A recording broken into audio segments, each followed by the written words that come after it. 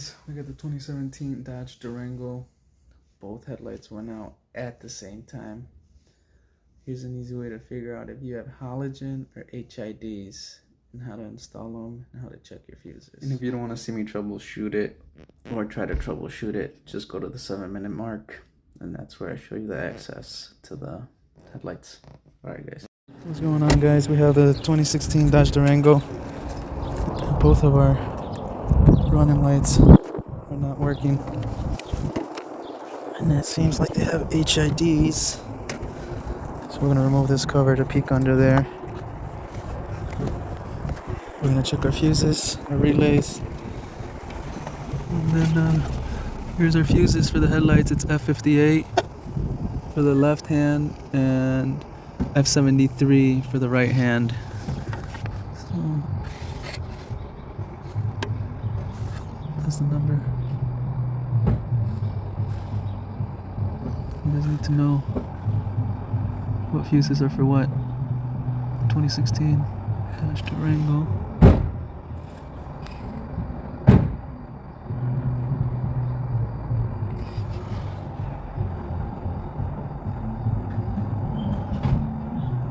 Screenshot it, pause it.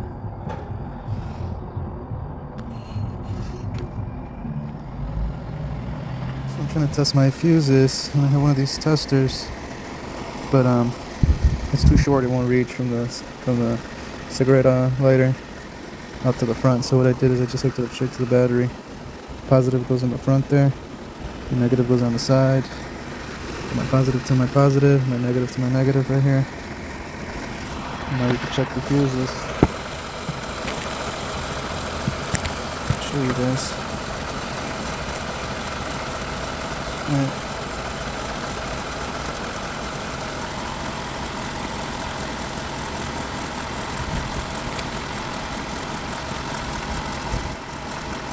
This one's dead, it's not working.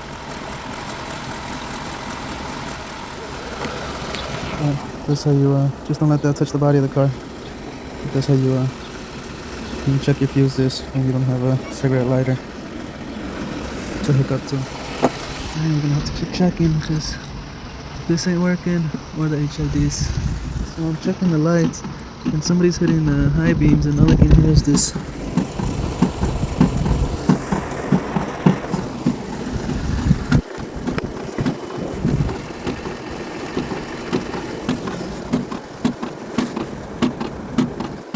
Couldn't find anything, but I did find this round cable that's not hooked up. It was just sticking in there like that. I wonder if this could be a headlight issue.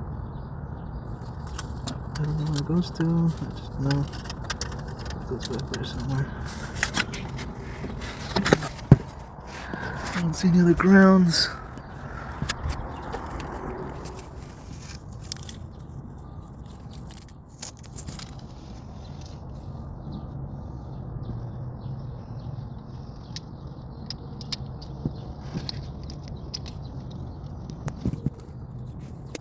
So I'm gonna check my grounds because they look pretty bad. I'm just gonna clean them up. This one I gotta figure out where it goes, but I'm gonna clean up my other grounds because those all go connected to the harness. I'll pop those on, and then I'm gonna see where that one goes to. We'll put a new one on that one, and then we'll go from there. But yeah, that little washer thing is not making good contact. It wasn't even the washer, guys. It was just the rust pattern on the ground wire. So I'm just taking a wire wheel and grinding the rust off, getting a nice clean surface. I'm gonna do the same thing to the wires and I'll put them back on. Alright, we cleaned our contact points. Got all the rust off because it was so rusty. Now we're gonna do our other one, our other ground down here, right there. We'll see if it changes anything. Alright, on to our second one. It doesn't look as bad. This Doesn't look as bad, but our contact point does. Look at. This is a 2016. This is a 2016, guys. My 01 CRV is still holding up way better than these new cars. Look at the power steering line's made with plastic fittings. No good, guys, no good. And you're paying all that money just to shiny plastic pieces, but the things that matter are really bad material.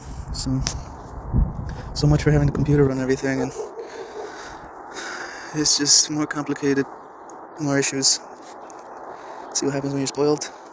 It only works good when it's brand new. As it gets older, it's worth less.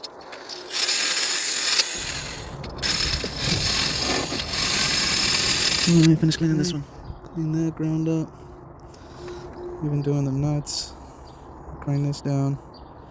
They won't install it, but these cables don't even sit on the body. So if the bolt rusts out, it's not even making contact. Look, it's got this spacer here, so this just floats, doesn't even touch the body. It should rest on the body in case this rusts out. That's how I would do it.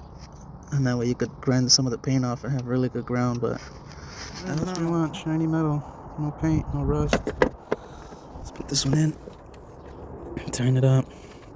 I don't think this will solve our headlight issue, but at least it'll have better ground. And if it does solve our issue, that would be crazy. But I still have to figure out where this one goes to, this strap ground. I know it goes to the engine somewhere, but I'm not sure yet. I can't seem to see where that other end of that... I can't find where that other end of the strap goes to. It broke from right here, like this one's about to, see? So I need to find this end somewhere in the engine body over there. I'll leave this here for now. We're gonna tighten this one up and then we'll check that one. That didn't solve our light issue. The engine ain't shaking as much. It was shaking a little worse than it is now. Guys, there's actually an easy access at the bottom behind the bumper. I was gonna remove everything. And look, our bulbs are busted. So there it is. Literally just turn this cover. Just turn it. This pops out. You can pull the harness down this way and it literally just pops out like that. And then this plastic cover here just goes in there. There's an opening for it. Just put it on each side. And then you turn it. And that's it. So I'm going to take them both out. Let me put this cover back on. Because I can't find the light bulb. I'll at least keep it from getting wet in there. That's it. Quick action. You turn down that tab, turn it down to get the light cover off, and up to put it back in. Alright.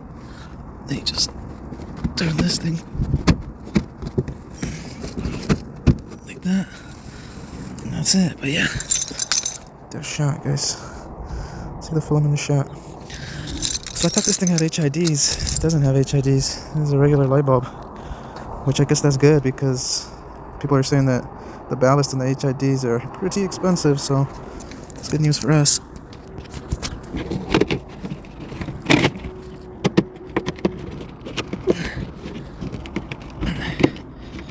Come on. Oh, there it is. So this one, do we turn up or down?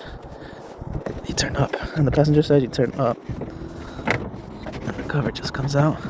So there's no ballast or anything on this one. That is awesome. Is this one blown out too? Yep, that one's blown out too. Look at that. So, let me go pick up these light bulbs. And then we'll be back. That'll be quick action. I think that we had HIDs in this thing. And we don't. It's just regular light bulbs. Guess that's a good thing. Get this thing in here. I should have left it off, but in case it don't come back, because they gotta run somewhere. Just find the hole. Close your eyes and just feel around. Alright, let's go get this light bulb and we'll be back. Got the new bulbs. That's the number right there, 9005. They're also HB3.